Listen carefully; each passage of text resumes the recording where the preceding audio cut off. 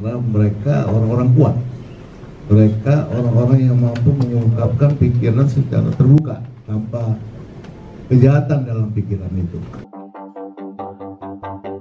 Bukan Podcast bersama Santosa Amin.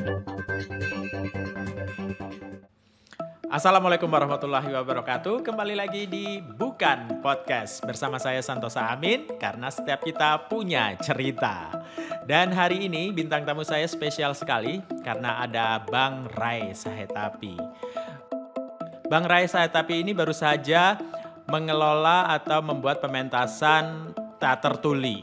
Wah, ini menarik sekali. Boleh diceritakan sedikit bagaimana Bang Ray punya gagasan untuk membuat teater tuli ini dan bagaimana mengarahkan teman-teman tuli ini dalam berkarya? Gagasan-gagasan yang mulia yang diberikan Tuhan yang belum kita pahami tentang orang-orang yang mendapatkan sebenarnya anugerah, cuma harus kita cari anugerahnya di mana. Kenapa? Karena mereka orang-orang kuat. Mereka orang-orang yang mampu mengungkapkan pikiran secara terbuka tanpa kejahatan dalam pikiran itu. Tapi sebelum saya ngomong, saya ingin sebenarnya sahabat saya yang main di film di teater tuli, dia sebagai sutradara juga, namanya Isro. Saya ingin dia bicara supaya tidak cuma saya yang bicara sebagai sutradara, tapi dia sebagai pemain dan sebagai asisten sutradara. Dan dia punya pengalaman yang langsung di lapangan supaya saya juga bisa belajar dari apa yang ingin dia katakan. Baik, kita beri kesempatan kepada Saudari Isro, sahabat kita, untuk menceritakan bagaimana pengalamannya bergabung di teater tuli. Dan kepada penterjemah dari bahasa isyarat Saudari Isro, dipersilakan. Kesempatannya sudah memberikan kesempatan untuk saya berbagi pengalaman. Sebelumnya saya berpikir bahwa saya berpikir bersama-sama membuat ide dari Om Ray tentang kepengurusan tuli, sebab Om Ray ingin membuat sebuah kelompok inklusif dan sepakat siapa penarinya, siapa yang berakting gitu. Akhirnya saya coba untuk memanggil tuli semua, jumlahnya kira-kira 16 orang, 16 tuli itu semua.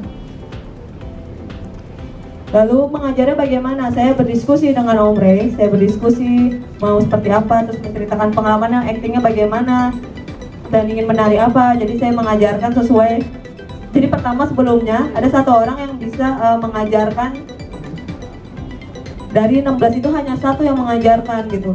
Bagaimana cara mengelolanya, mengajarkan mereka yang ke-16 orang itu, karena kemampuan mereka kan berbeda-beda dan bervariasi. Ada yang paham, ada yang udah bisa, ada yang nggak bisa. Akhirnya saya mengajar terusan untuk yang kemampuannya kurang ini. Wah, luar biasa ya. Lalu boleh tahu nggak, apa hambatan terbesar dalam proses kreatif ini?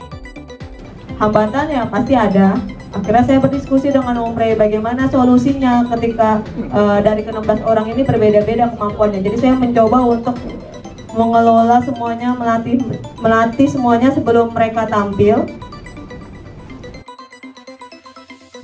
Akhirnya saya terus menjelaskan tentang mentalnya bagaimana, pemikirannya harus tenang, terus caranya untuk bisa fokus. Dan setelah itu akhirnya baru kemarin tampil, kira-kira minggu lalu baru tampil pertama kalinya, alhamdulillah. Hasilnya wah sangat baik banget, sangat bagus banget. Oh ya, itu berapa kali latihan ya sampai pementasan itu terjadi? Sebelum tampil, kita ada latihan 3 kali dalam 1 hari. Jadi dalam 1 hari itu acara tersebut 3 kali timingnya, jadi waktunya 3 kali. Jadi saya merasa pertama kali, aduh, wah banget ya. Akhirnya bagaimana cara kita berbagi pengalaman tersebut gitu. Akhirnya dalam waktu 3 kali ada yang siangnya nggak bisa atau sorenya nggak bisa. Jadi supaya jadi teman-teman tuli ini dilatih terus-terusan dalam 1 hari itu pementasan 3 kali itu supaya teman-teman tuli ini bisa percaya diri. Jadi yang pas pertama masih biasa nih, pas siangnya. Terus yang sore sudah mulai merasa aduh bagaimana nih, pada takut dan lain-lainnya. Jadi saya merasa tantangannya ini sangat berat. Untuk terakhir kalinya saya melihat hasilnya dari teman-teman tuli semua aktornya ini jadi tuli semua. Alhamdulillah semuanya bagus banget ketika mereka berpentas dan mereka bisa bekerja sama, berkolaborasi dengan baik. Jadi saya alhamdulillah akhirnya saya mengajarkan sampai pementasan itu merasa saya menjadi bangga, senang dan sebagainya. Saya memiliki bayangan ketika saya tampil dan teman-teman tampil, saya ingin sekali berpentas lagi, tapi dengan konsep yang lain dan mungkin temanya juga lain, bisa seperti itu. Terima kasih. Oh ya, saya juga ingin tahu bagaimana Bang Ray Sahetapi dan keluarga mendidik atau mengarahkan putra-putrinya agar mereka mempunyai kepercayaan diri yang tinggi. Saya itu waktu dia masih kecil, itu tempat saya untuk bilang eksperimen juga enggak, karena manusia ya. Bilang cobalah, saya bilang sama dia, saya pangku dia naik mobil, dia nyetir, saya ajarin dia keliling kompleks itu. Terus saya bilang satu waktu, sudah dia kuasai, kamu berani nggak naik mobil sendiri, umur 5 tahun? Berani? Dia bilang gitu. Terus saya perhatikan, coba aku deg-degan juga, karena kan menyangkut orang lain, gitu. Dia naik, dia start itu, semua dia tata, lampu, apa namanya, kayak itu dia ini, baru dia keluar. Waktu dia jalan, dia nggak kelihatan loh. Sampai orang-orang di kompleks itu agak senang tapi agak nggak terima. Ya, saya tidak sadari, saya berpikir anak saya aja kan. Saya nggak pikir anak orang mau ketabrak. Dia jalan tuh, keluar muncul dia di, waduh, muncul dia. Terus saya latih terus, begitu jadi. Terus ketika keluarga saya datang, saya juga, ayo naik mobil kita ke jalan yuk, jalan. Tahu-tahu yang bawa dia semua teriak dalam mobil.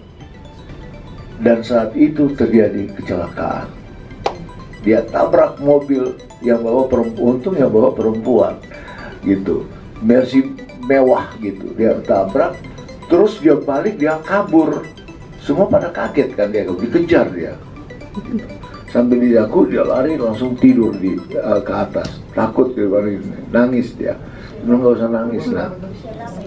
Artinya dari kejadian ini Bang Ray tidak menakut-nakuti anak, kemudian tidak memarahi anak, tidak menghardik, kemudian tidak membuat mental sang anak down, sehingga kepercayaan diri itu bisa terjaga dalam diri anak-anak Bang Ray. Baik, terima kasih sekali kalian sudah bergabung bersama Bukan Podcast. Walaupun dialog ini hanya sekilas, tapi sudah memberikan arti yang luar biasa bagi kita semua. Tetap pantengin terus Bukan Podcast.